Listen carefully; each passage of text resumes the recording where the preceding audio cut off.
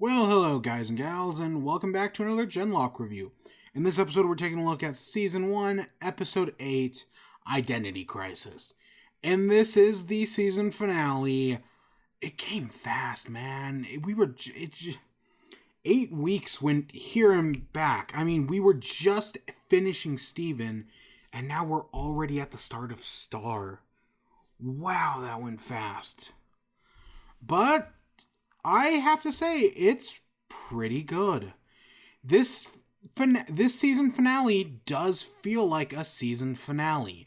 It has everything it needs, and for the most part, I think it does a good job at doing what it does. I recommend it, as I do with the rest of the show. But let's actually get into the episode. So we start off there. We get like a little montage as they're getting ready to go on the next mission. We see the new Holons, Renegade, all that jazz. Meanwhile, someone's trying to call them, and it's Migos. Hey, Migos is alive. That's cool. And he explains how him and everyone at the Anvil is still alive. Everyone's still there. And they explain the reason they're still alive and the reason they're still there is because if we saw back in the first episode, this one guy was like a traitor, and when the nanots consumed everything, he had like a shield around him. Well, it turns out Weller found a way to like create a signal that mimicked the shield, and that's how everyone was able to survive. Okay. That's fucking bullshit. I hate that so much. Like, don't get me wrong, I'm happy the characters are alive. But the reasoning they created here is fucking bullshit. And all they had to do was fix it, was set it up. You just needed one scene somewhere in a previous episode where Weller was like, "Oh, I've been having trouble cracking the nanite code," or just something to set up that he had been working on it, or maybe he had been struggling to get it to work when talking to the commander. I don't know. You just needed one scene to set up because you have that scene in the first episode. So you needed a scene in a later episode that sets it up, and they just never fucking did it. That's why this is fucking bullshit. I'm happy they're alive. Don't get me wrong. It was dumb to kill them in the first place, so I'm glad they're brought back. But no, this is cheap.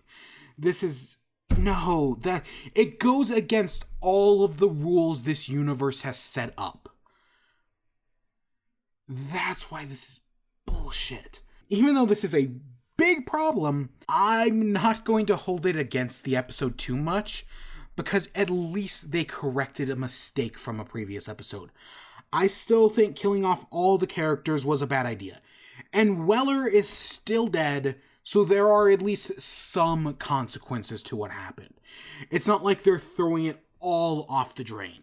But this, I'd argue it is actually it's the biggest flaw of the episode. And they could have totally set it up. I'll talk about two other things in this episode that I do think they did properly set up. They just needed to set this up. But I'm ranting. So we get a little character moment as they're all heading off because the polity is attacking Chicago. They're trying to take back ground. The plan is once they get to Chicago, they're just going to call Nemesis names, and hopefully that draws him out. Simple but effective. Yeah, no, it makes sense. We get a tracking shot of Chase as we see Kazu and Madrani in the background fighting. They're in for this scene, they're in a rail yard. And then Nemesis comes in, and Nemesis has gotten a complete and total upgrade since the last time. He can now fly, which something I like how they do flying. At least how the Holons are designed. Because Chase uses a very traditional flying system. Madrani's flying system is more like angel wings, I would describe them. And then Nemesis's flying system is rockets.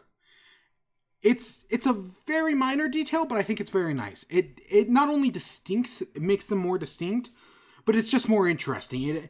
It adds a level to their character design that I really like. But we get this battle with Nemesis. Now, I'm not going to go into all the details of the fight scene. Watch the episode. The fight scene is done really well. The animation in this episode is great. There's a sequence later on that I'll quickly talk about that is just so well done. But for this scene, our main gimmick is we're in the rail yard, so there's this pit, and over the pit there's a spinning platform, and that's our set piece.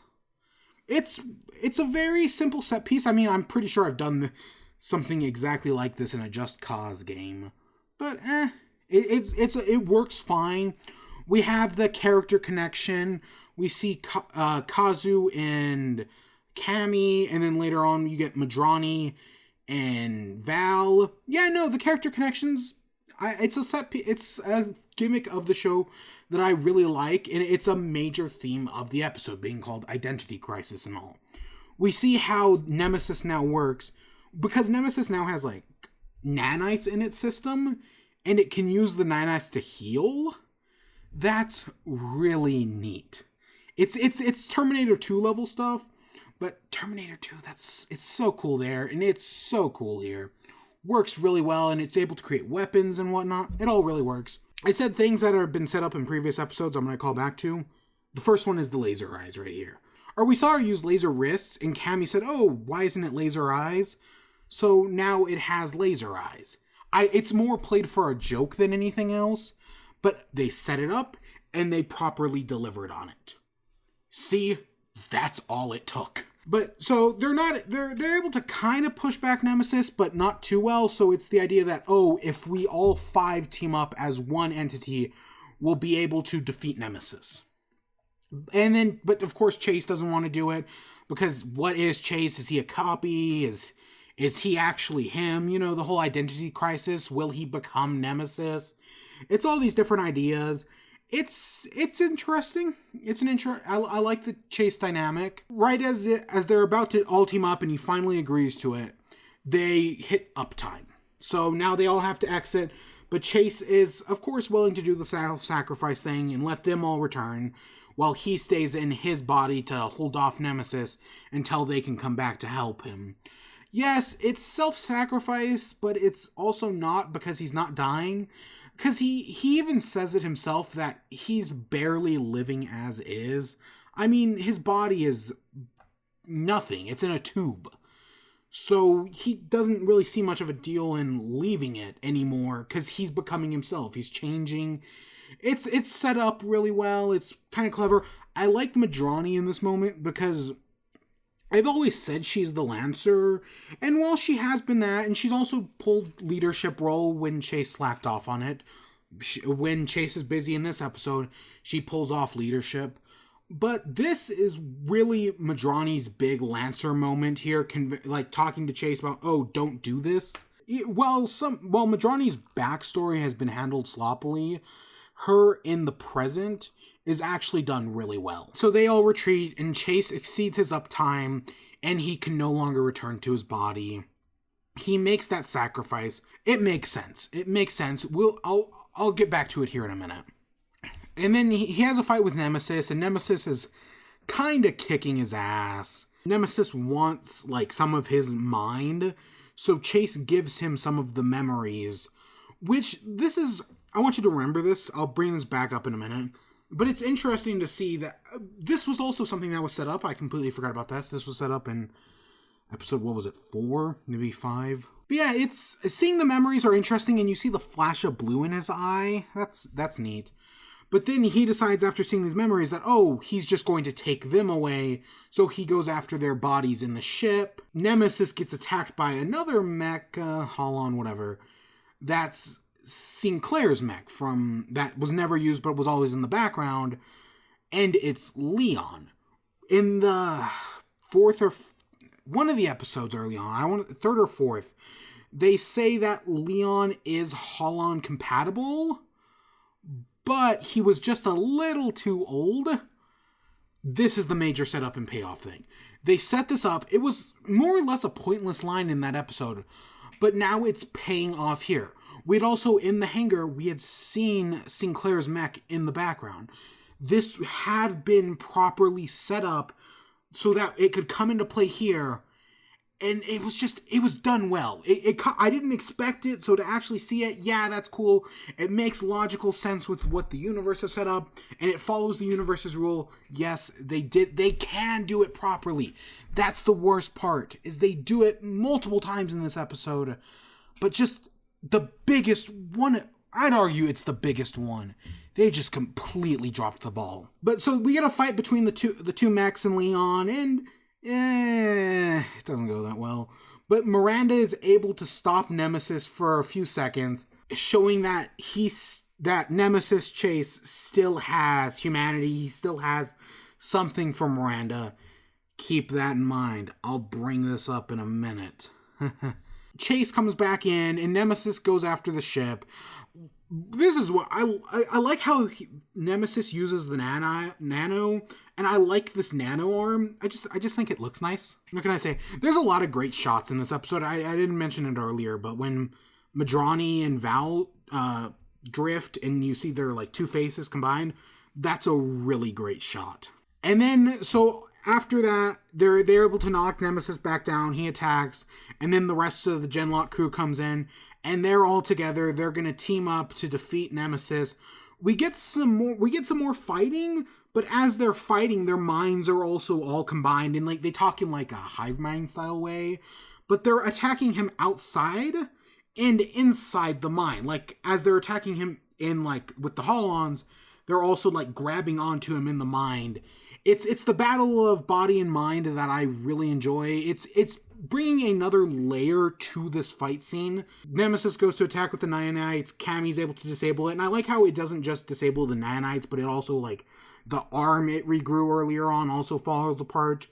Then they do a team attack. This is that piece of nice animation I was talking about earlier, where you see all of them attack one after another, and it looks gorgeous. The animation is really good in this moment. Just, it's beautiful. Climaxes with Chase dropping Nemesis, and then they have like a talk, and Nemesis tries to corrupt him for a minute by basically telling him he's a copy, but it doesn't work, and Chase is able to kill Nemesis. So, I said in the last episode that my one hope was that Nemesis was going to be redeemed. I legitimately thought it was going to happen. Between the memory scene, showing that there was still Chase in there, and the Miranda scene, it looked like they were building up. It looked like it was going to happen. But no, I am, on one hand, disappointed. But I think the way they handled it, the way they handle Nemesis, the way they handle his death here, it's well done. And it's not like redeeming Nemesis, as I put it, air quotes, was not a sink or swim thing. So the way they did it here is fine. I'm fine with it. If you'll give me a minute, what I think would have been interesting is, so to do this, you would have to remove the concept of uptime, which I know would change the structure of the episode, but you could still more or less have the key moments, like Nemesis going after the bodies and whatnot. But you have Nemesis see the memories, you have him do the Miranda thing, showing that there's still a human in him, and the whole thing, Nemesis's whole goal was wanting his body back. He wanted to kill the copy and get his body. So what if Chase decides as part of his change, since he's a copy, he's going to stay in the Holon, and he decides to give Nemesis his body, right? Force him into his body. If you want my body so much, then take it. I know that's a trope, but it's a trope I kind of like. And then they cut him, and then once Nemesis is back in Chase's body, they cut him off from the GL network. So now they have successfully defeated him. They haven't killed him, but he's in Chase's body, and that theoretically sets up a redemption. Because, like Chase says, he's useless in his body. It's barely a life worth living. That would have been interesting. That's a completely other way to take it. But yeah, I don't know if it would have worked or not. That's just my fan fiction, really. But it's something I've been thinking over one of the multiple times I watched this. Yeah, but the actual scene is fine. It may not have been what I wanted, but it's well done enough that besides for this fan fiction writing, I'm not going to complain about it too much or probably ever again. And then they put Leon back in his body, but because, again, he's kind of aged out of the program, he basically goes into a coma, which it's also self-sacrifice, but much like Weller, it's handled really well. And then they're talking about, the commander wants them back at the anvil, but they're not sure. Chase gets a scene with Miranda, basically saying that after the war started, neither of them are the same anymore. Which, I mean, she is right, but it's also, they're not lost. They may not have what they once had, but they can still have something entirely new. And then they finally decide on what they're going to do. We don't actually hear what they're going to do, which I find interesting. Again, setting up a future season, and we'll get back to that in a second. But all we know is they're taking Migos along with them. My thought is like their own like segment of Genlock, or a Genlock Academy, if you would. That would be interesting. Chase and Miranda get one last sign off, and then he heads off, and that's where the episode ends. But I did notice when the episode ends, there's still like 5 minutes left. And I was like, ooh, okay, that means something's after the credits. 4.5 minutes later, yeah, a lot of credits. A lot of people worked on it, put their heart and souls into it, and for the most part, they did a good job. Our end credit scene, though, is seeing Union-occupied territory. We see a guard run off, and it's Sinclair, because, whoever Blaine voiced pretend to be Sinclair, but hey, the actual Sinclair is alive. What does this mean? They didn't kill off Sinclair, and he's been hiding in Union territory this entire time? That's probably what it is. I mean, that's the literal Occam's razor interpretation.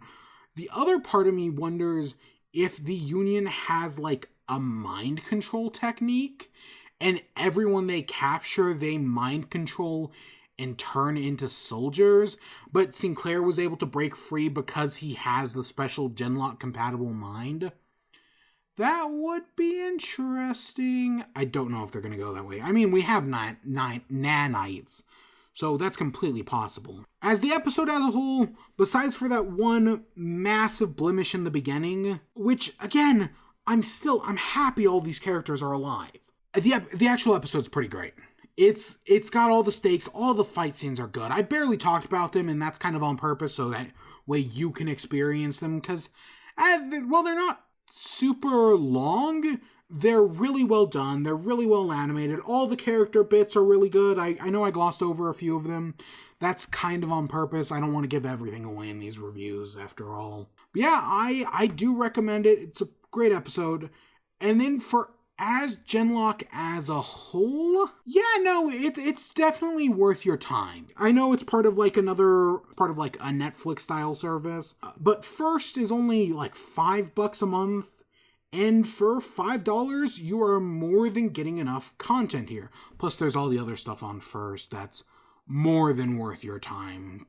It'll be about a year here in a few weeks that I've been subscribed to it, and yeah, I've more than got my money's worth in my opinion. Stay tuned for the review of Achievement Hunter. But yeah, no, if I had to rate it on using the ad scale, I'd probably give it like a good, because there's enough here that you will really enjoy it, especially if you're into any of these genres or more interested in just like the characters. There is more than enough here for you. The characters are probably that's all good. The animation's good. Everything's pretty good overall.